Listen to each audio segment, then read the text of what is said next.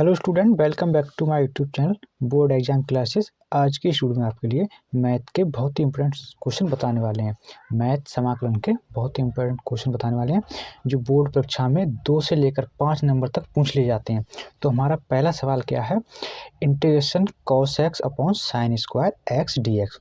इसका हमें समाकलन करना है। ये 2 नंबर में, ये 2 नंबर से 5 नंबर तक पूछ लिया जाता है, यानी 5 अंक तक ये सवाल पूछ लिया जाता है। ये हमारे बहुत ही इंपॉर्टेंट क्वेश्चन है। इसकी सीरीज चल रही है समाकलन की।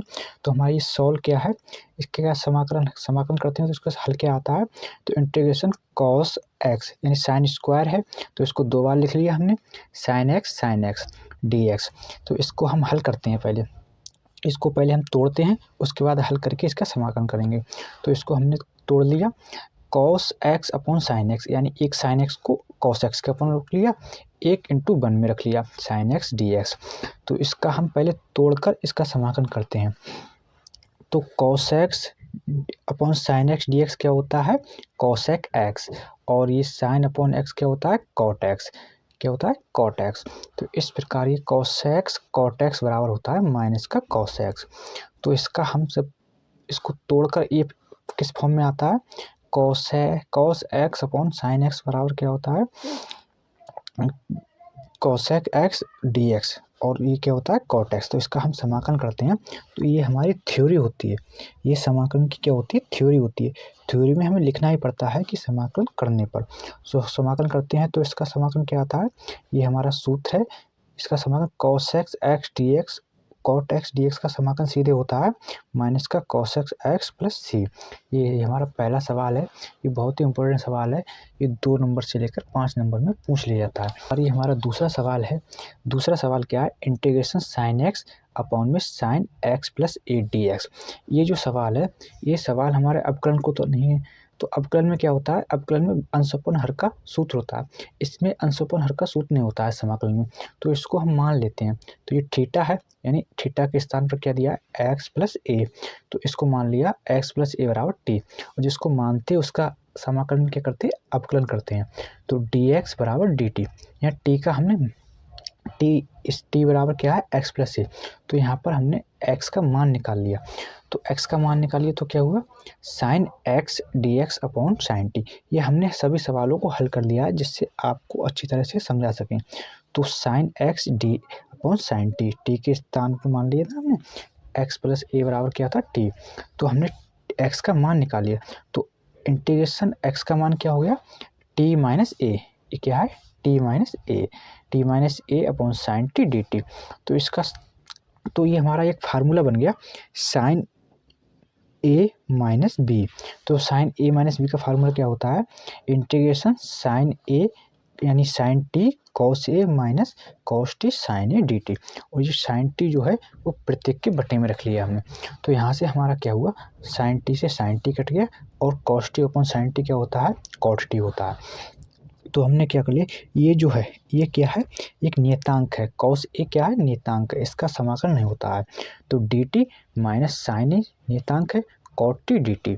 तो समाकलन करने पर ये हमारी थ्योरी होती है, इसको हमें लिखना ही पड़ता है वरना हमारे एग्जामिनर नंबर काट लेते हैं।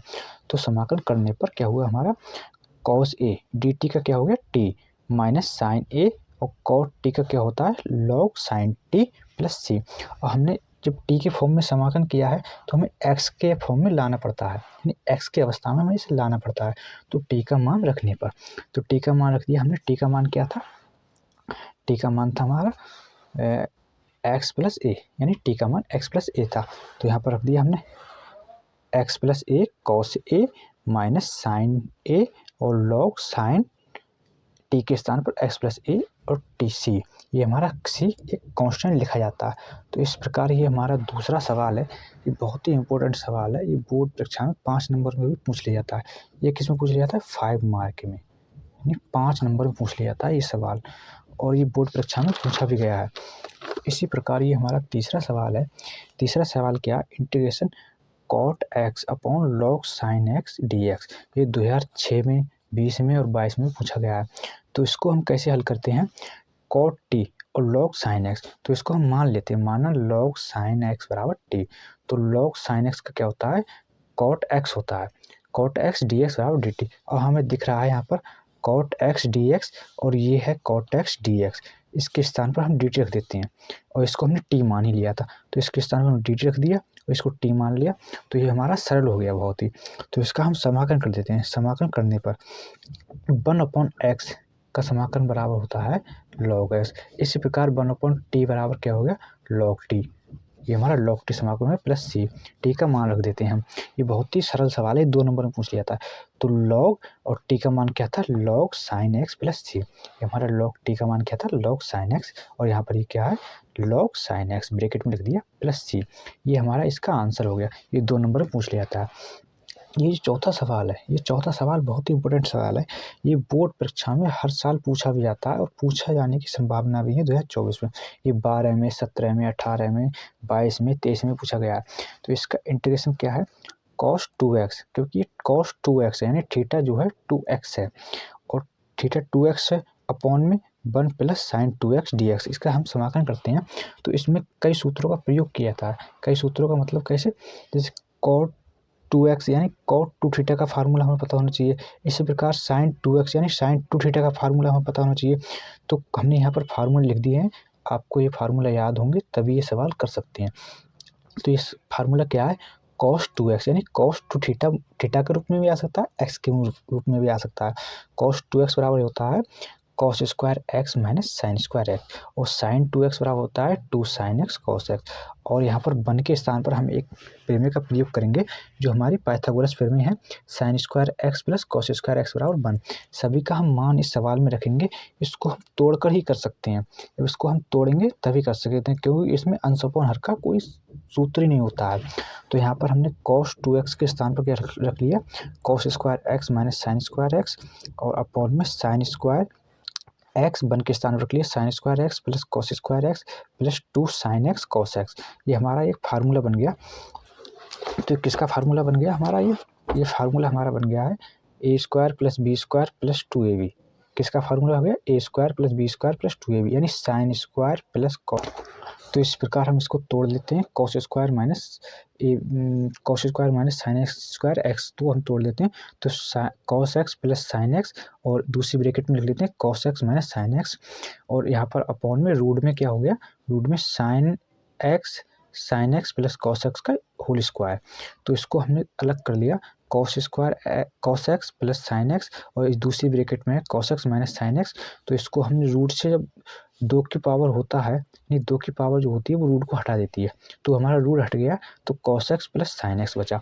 तो cos x plus sine x से cos x plus sine x cut गया, तो हमारा क्या बचा cos x dx minus sine x dx। इसका हम समाकलन कर देते हैं।